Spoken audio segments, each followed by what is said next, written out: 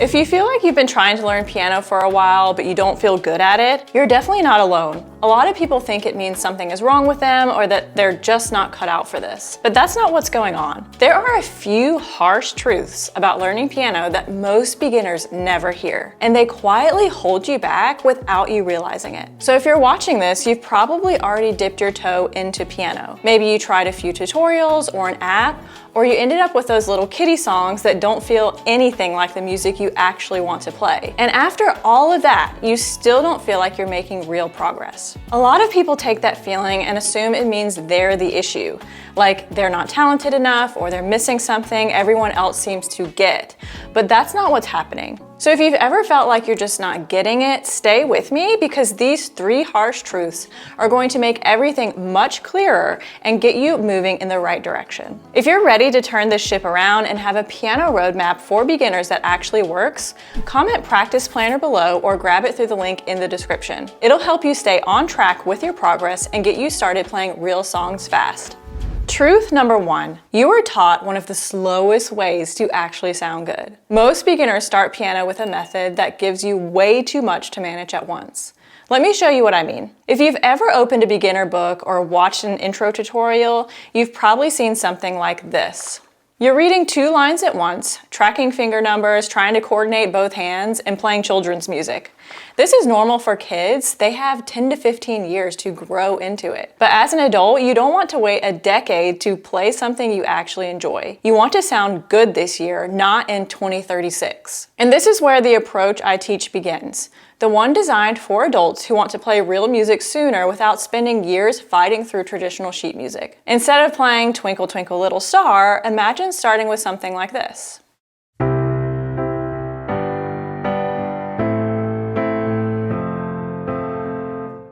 Just these 4 chords. Now here's the magic. Once I learn a little bit more about chords, it can even sound like this.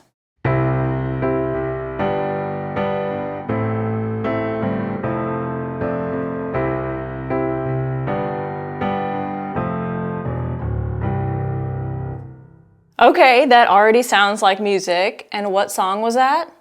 You guessed it, it was Let It Be by the Beatles. I wasn't reading any notes, I was just playing chords. This is what I mean when I say you don't have to start with the most complicated or childlike version of learning piano. You can start with a musical version that gets you quick wins so you don't quit. This is how real musicians play and how many adults are learning piano faster with me. And it is absolutely legit. You're not skipping steps. You're just taking the path that makes sense for where you are right now. It's simply a roadmap in a different order designed for adults. So if you'd like to learn your first chords and your first song, download my free piano practice planner. Comment Practice Planner below or find the link in the description of this video.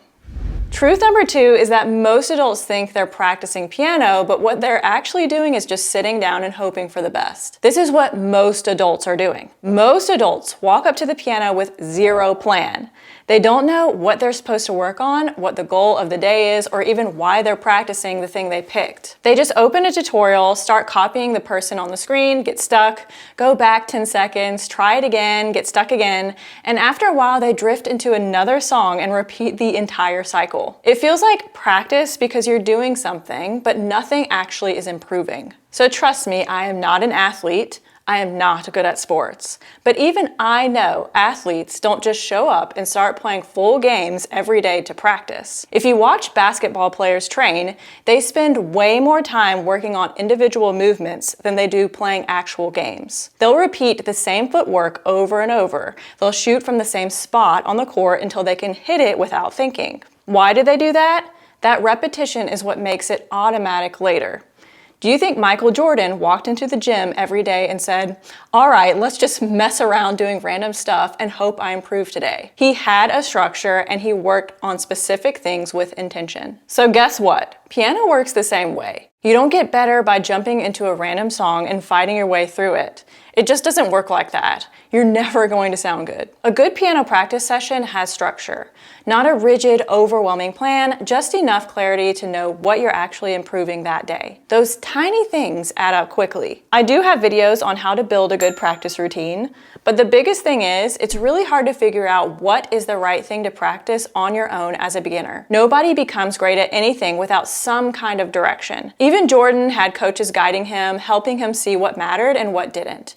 Piano is no different. When you have someone showing you what to focus on and why, practice becomes 10 times easier. You stop guessing and stop bouncing around, and you actually start improving instead of just putting in time. Most people are stuck because the way they're practicing isn't setting them up to succeed. And once you fix that, piano changes really fast.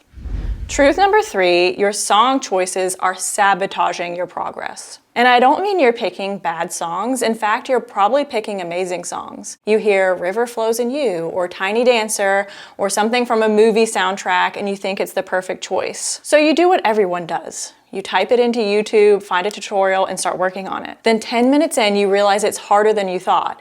You might work on it for a while, but you start to think you're horrible at piano. But here's what's actually going on. You simply just picked a song that's built on skills you haven't learned yet.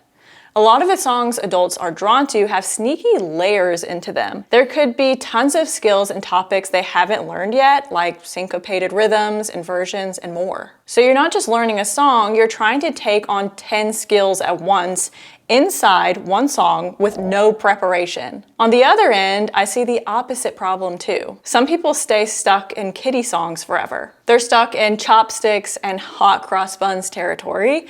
Maybe a little melody with one finger in the right hand and a single note in the left. And sure, that might be okay for a couple of weeks when you're just getting oriented, but if that's all you ever do, you get bored. You don't feel proud of what you're playing, and when you're not excited about the music, it's really hard to stay consistent. So you end up bouncing between two extremes. Songs that are way too hard and crush your confidence, and songs that are way too easy and kill your motivation. And then there's the third layer to this, which is what I call random song mode. One week you're playing a pop ballad, the next week a movie theme, then a classical piece you found in a book somewhere, then a YouTube tutorial with glowing keys. None of those choices are bad on their own, but together they don't add up to anything. So you might end up with one piece you kind of stumble through, but you still don't feel like you actually know how to play piano. You're just surviving that one song. So the harsh truth here is this. It's not that your dream songs are out of reach, it's that no one showed you the stepping stones to get there. When you start choosing songs that are a right fit for your current level on purpose, everything changes. The song stretches you just enough to grow, but not so much that you feel like melting down every time you sit at the piano. You actually finish things. You hear yourself getting better. And suddenly the music you thought was too advanced starts to feel possible because you've quietly built the skills underneath. That's what I do with my students. We don't just grab whatever looks cool on YouTube and hope for the best. We pick songs in a sequence that makes sense, so every song is setting you up for the next one. Once you fix that, once you stop fighting the wrong songs at the wrong time, your progress speeds up so much faster than you think.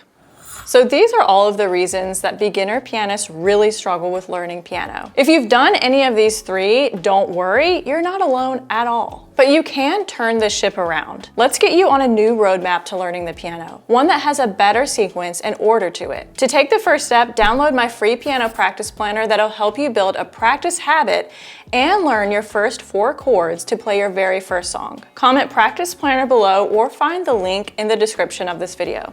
Up next, I recommend diving into this video. It'll show you my recommended practice routine that can set you up for success and no more randomness. Check it out. And if this video helped you, be sure to like and subscribe, and I'll see you next time.